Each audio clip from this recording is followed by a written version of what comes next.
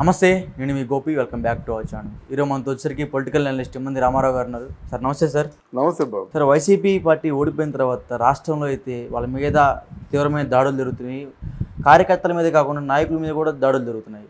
So ఆ దాడులకు భయపడి పేర్ని నాని, అదేవిధంగా అనిల్ కుమార్ యాదవ్, వల్లభనేని వంశీ అయితే అసలు ఈ రాష్ట్రంలో కనబడట్లేదంట.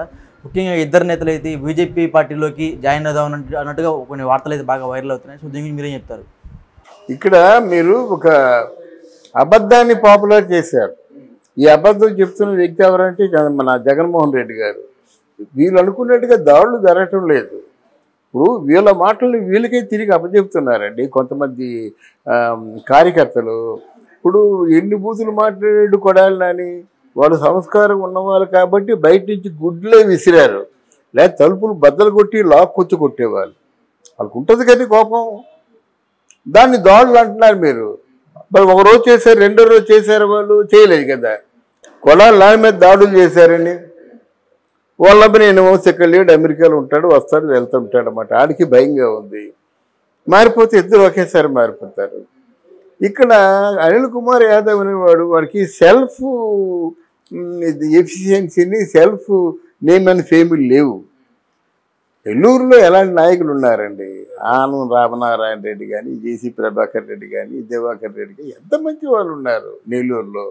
వాళ్ళ మధ్య ఆ పేరు మాగుంటా, ఒంగోలు అనుకుంటా, ఇట్లాంటి పెద్ద పెద్ద నాయకులు అందరూ ఉంటుండగా అనిల్ కుమార్ యాదవ్ గొంతుందని చెప్పేసి ఇష్టం వచ్చినట్టు వేషాలు వేసుకొని మాడ్యులేషన్తో మాట్లాడి, అంటే ఓడిపోయిన తర్వాత కూడా మాట్లాడాడు. ఇప్పుడు జగన్మోహన్ రెడ్డికి ఇంకా బుద్ధి రాకముందు కూడా వాళ్ళకి బుద్ధి రాకుండా మాట్లాడుతున్నారు. ఇప్పుడు కనబడటం లేదు. అరెస్ట్ వారెంట్ వచ్చింది, పోలీసులు వచ్చారు, కనబడటం లేదు. ఆయన రక్షించుకోవాలంటే ఇంకో మార్గం లేదు. తెలుగుదేశానికి రాలేడు, జనసేన పార్టీ చేర్చుకోదు. ఇప్పుడు చేర్చుకోదగ్గ పార్టీ ఏదైనా ఉందంటే బీజేపీ పార్టీ.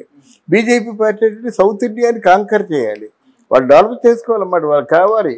ఎవరో కార్యకర్తలు నాయకులు, వీళ్ళు నాయకులుగా పనిచేయకపోయినా కార్యకర్తలుగా పనిచేస్తారు కదా. ఈలోగా వాళ్ళ కేసులు ఏదైనా మాఫీ చేసుకోవచ్చు కదా అనే ఆలోచనతో వాళ్ళు అలజడిని, తర్వాత దాడిని, ఏదో రక్తపాతం సృష్టిస్తున్నారు అని చెప్పాడన్నమాట. మరి మీరు చేసింది ఏమిటయ్యా జగన్మోహన్ రెడ్డి? రక్తపాతం సృష్టించడం ఏంటి? ఇప్పుడు మనోభావాలు దెబ్బతినబడ్డ కూడా ఇది గుడివాడ అమర్నాథ్ ఉన్నాడు, వాడు ఐటీ మినిస్టరు. అడిగిన తర్వాత ఏమయ్యా పరిశ్రమలు ఏమైనా వచ్చాయంటే కోడి ఇప్పుడే గుడ్డు పెట్టింది అన్నాడు. ఇదే సమాధానం. ఏమయ్యే దావోస్ అందరూ వెళ్తారు కదా, పరిశ్రమల శాఖ మంత్రిగా కొన్ని పరిశ్రమలు తీసుకురావాలి కదా, నువ్వు ఎందుకు వెళ్ళలేదంటే, అయ్యో అక్కడ 0.5 ఉంటుంది అక్కడ చలి, అమ్మో చలి కొండలే అన్నాడు. ఇదేనా మేధావి మాట్లాడే మాటలు? ఒక్కరు చెప్పండి. ఆ రోజా అనకూడదు కానీ ఒక ఆడబిడ్డ మహిళ ఎన్ని బూతులు మాట్లాడిందండి. అక్కడ జనవాణి కార్యక్రమం కోసం జనసేన పార్టీ వెళ్ళి అక్కడ ధర్నా చేస్తే మొత్తం కరెంట్ ఆఫీసర్ జగన్మోహన్ రెడ్డి అంటే అలవాటు ప్రకారంగా వైసీపీలో ఉన్న వాళ్ళందరూ బాగా కట్టుదిట్టంగా ఉన్నారు. పవన్ కళ్యాణ్ ముందుకు వెళ్లకుండా వాళ్ళు చూసుకుంటున్నారు అన్నమాట. చిన్న గౌరవ జరిగింది, వాళ్ళు ఇది ప్రతిఘటించుకున్నారు. కరెంట్ ఆఫ్ చేయగానే వాళ్ళందరూ సెల్ ఫోన్ టార్చ్లు వెలిగించి టార్చ్ మార్క్ చేశారు వాళ్ళు. అట్లాంటి దృష్టిలో కొంతమంది కుర్రాలు ఉంటే ఆ బొట్టన వేలు, సారీ మధ్యవేలు, చెయ్యి మడిచి మధ్యవేలు పక్కన పెట్టి ఏదో సంకేతంగా ఆవిడ మాట్లాడడం, వాళ్ళు ఇంకా రెచ్చిపోవడం, ఇది ఎంతవరకు మంచికి కరెక్ట్ అండి? అంటే ఏంటి ఎలా అంటే రేపు చేస్తావా అంటది. ఎలాంటి మాటలు అన్నీ కూడా వాడు అసమర్థుడు, వాడు వీడు, వాడు దరిద్రుడు, ప్యాకేజీ ఇస్తారు అంటాడు. అనకూడదు. చంద్రబాబు నాయుడు ముందు కూర్చునే స్తోమత కూడా లేని వ్యక్తి చంద్రబాబు నాయుడు ఎన్ని మాట్లాడినదండి, లోకేష్ బాబుని ఎన్ని మాట్లాడినదండి. మరి అలాంటి దాని మీద ప్రజలు తిరగబడతారు కదండి.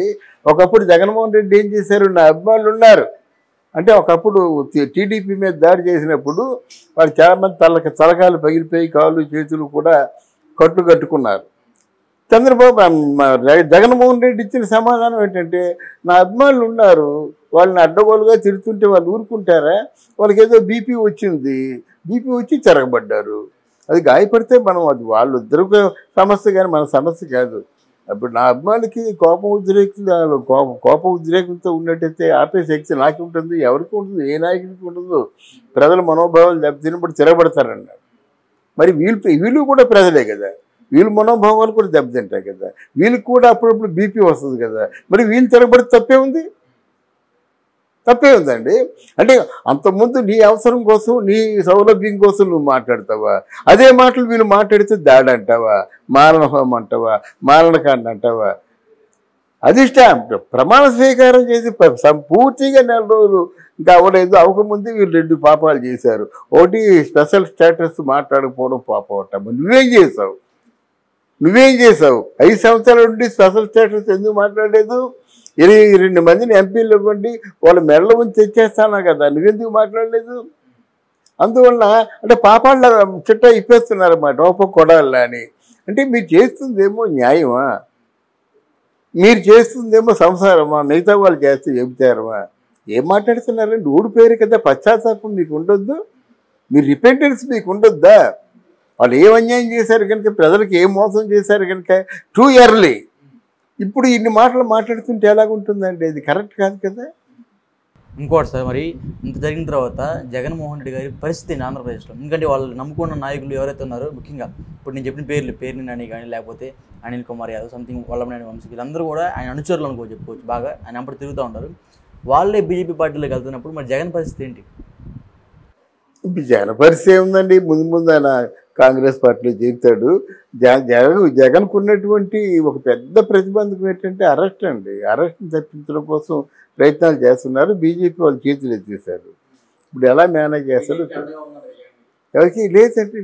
బీజేపీ ఇప్పుడు వీళ్ళందరూ బీజేపీలో చేరితే బీజేపీ నెక్స్ట్ ఓడిపోద్దండి. నేను చెప్తున్నాను, రాసుకోండి. అంటే నేరస్తులకి అండగా బీజేపీ పార్టీ ఉంటుందనేది దేశవ్యాప్తంగా అది బాగా ప్రాపగండా స్ప్రెడ్ అయిందనుకోండి. What about the future of the BJP? అందువల్ల బీజేపీలో చేర్చాలని వీళ్ళు జరిపించడమే తప్ప వాళ్ళు చేర్చుకోవద్దు కాదు. బీజేపీ చేర్చుకుంటే ఈ చంద్రబాబు నాయుడు ఉంటాడా? చక్రం చెప్పడు ఇక్కడి నుంచి. మోదీ మాటలు చంద్రబాబు నాయుడు అలాగే వింటున్నాడు, చంద్రబాబు నాయుడు మోడీ కూడా అలాగే వింటున్నాడు. ఈరోజు మోడీ ఆపదలో ఉంటే రక్షించేవాడు ఒక చంద్రబాబు నాయుడే. మొన్న వెళ్ళాడంటే అందుకే వెళ్ళాడు. వాళ్ళు అంతర్గతంగా చర్చలు ఉంటాయన్నమాట. అంతర్గతంగా వాళ్ళు మోదీ పార్టీలో చేరుతున్నారు, చాలామంది బీజేపీలో చేరుతున్నారు దేశవ్యాప్తంగానే.